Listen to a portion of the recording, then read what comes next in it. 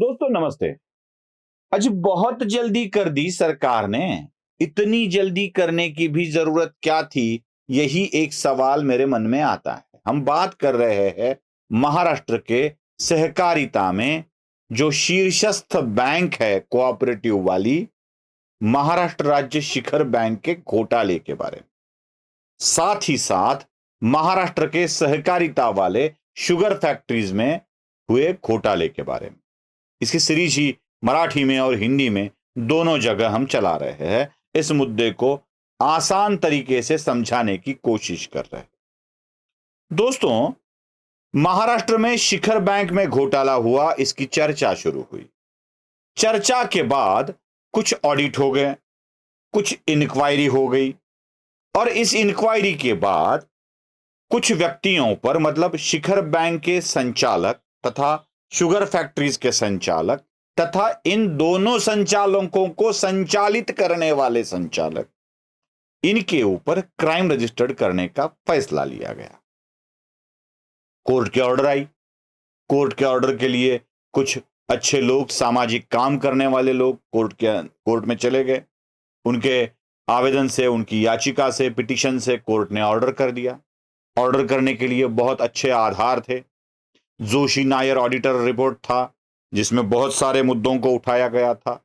किस तरह से गलत तरीके से कर्जे दिए गए हैं, किस तरह से गलत तरीके से पैसा दिया गया है बैंक को, सरकार को कैसे लूटा गया है, शुगर फैक्ट्रीज की कैसी खुली लूट हुई है, वो इस हाथ से इस हाथ कितनी आसानी से बेचे गए हैं, क्या बेचते वक्त जो कीमत तय की थी, क्या वो कीमत वो कंपनी राज्य शिखर बैंक को वापस कर पाई है। ये सारे मुद्दे हैं और इन्हीं मुद्दों को लेकर जोशी नायर ऑडिट रिपोर्ट था, उस रिपोर्ट को रखा गया।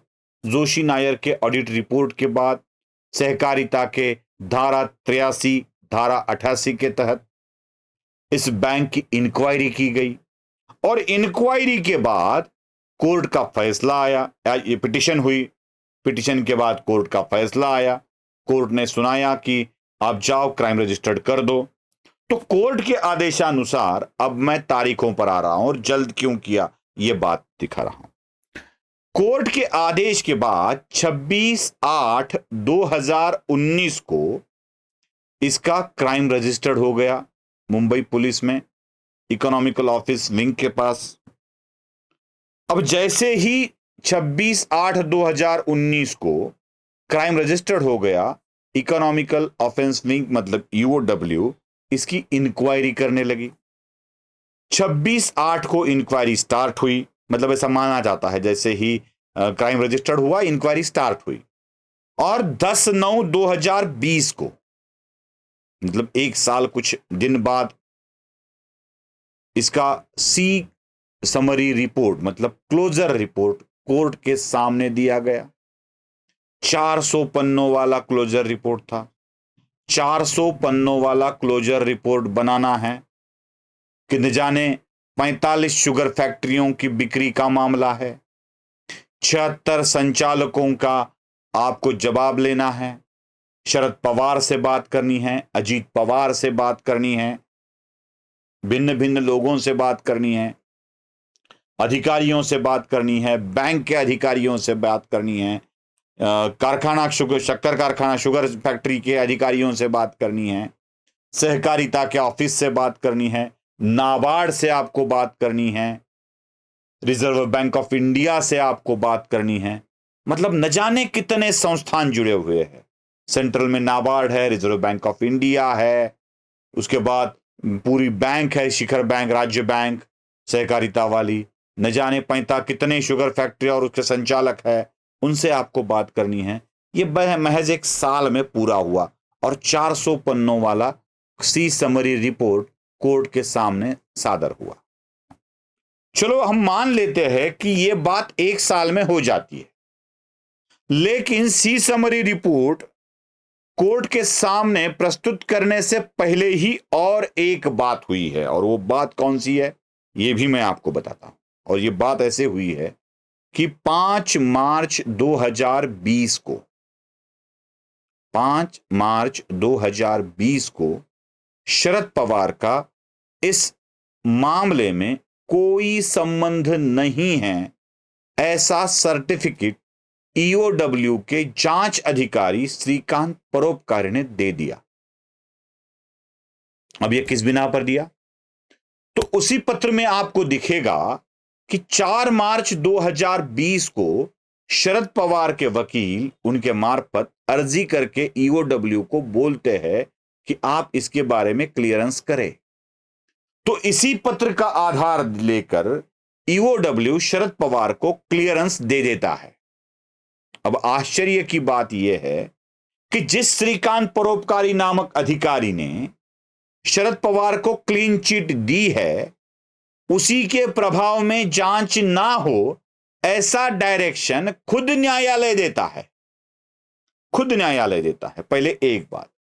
दूसरी बात, आप सी समरी रिपोर्ट 10/9/2020 को कोर्ट के सामने प्रस्तुत करते हो और शरद पवार को क्लियरेंस 4 मार्च 2020 को देते हो। 6 महीने पहले ही क्लियरेंस रिपोर्ट देने की जल्दबाजी क्यों कर रहे थे श्रीकांत परोपकारी या ईओडब्ल्यू? सवाल तो बनता, कहीं ना कहीं कुछ ना कुछ तो गड़बड़ है। अब गड़बड़ क्या है? कोई अगर ठीक से देख ले, जो सी समरी रिपोर्ट श्रीकांत परोपकारी द्वारा अदालत में पेश किया गया है, क्लोजर रिपोर्ट, उसके 400 पन्नों को अगर हम देख ले तो एक बात पता चलती है कि राज्य शिखर बैंक के जो फिलहाल के अधिकारी हैं मिस्टर अजीत देशमुख, वो रिटायर्ड तो 2018 में ही हो चुके हैं, लेकिन कॉन्ट्रैक्ट बेसिस पर उनको रखा गया। मतलब सर्वोच्च अधिकारी कॉन्ट्रैक्ट बेसिस पर काम कर रहा है। इसी अजीत देशमुख का जो भी जवाब था, जो भी कुछ पुलिस के सामने उन्होंने लिख कर दिया था, उसी जवाब को क्लोजर रिपोर्ट के हिसाब से न्यायालय के सामने प्रस्तुत किया गया।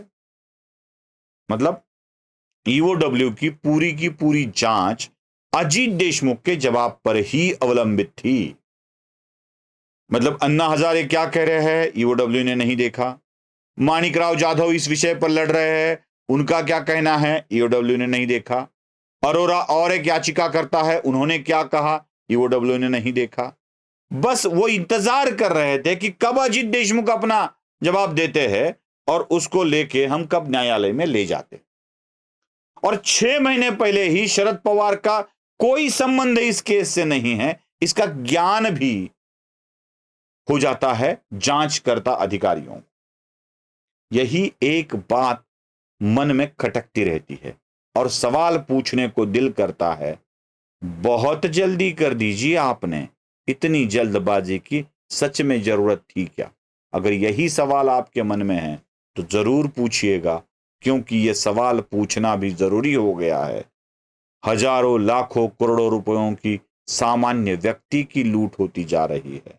इसी लूट को रोकना है तो सामान्य व्यक्ति को सवाल तो पूछना ही पड़ेगा। पसंद आया हो तो लाइक कीजिए, शेयर कीजिए, सब्सक्राइब कीजिए। धन्यवाद।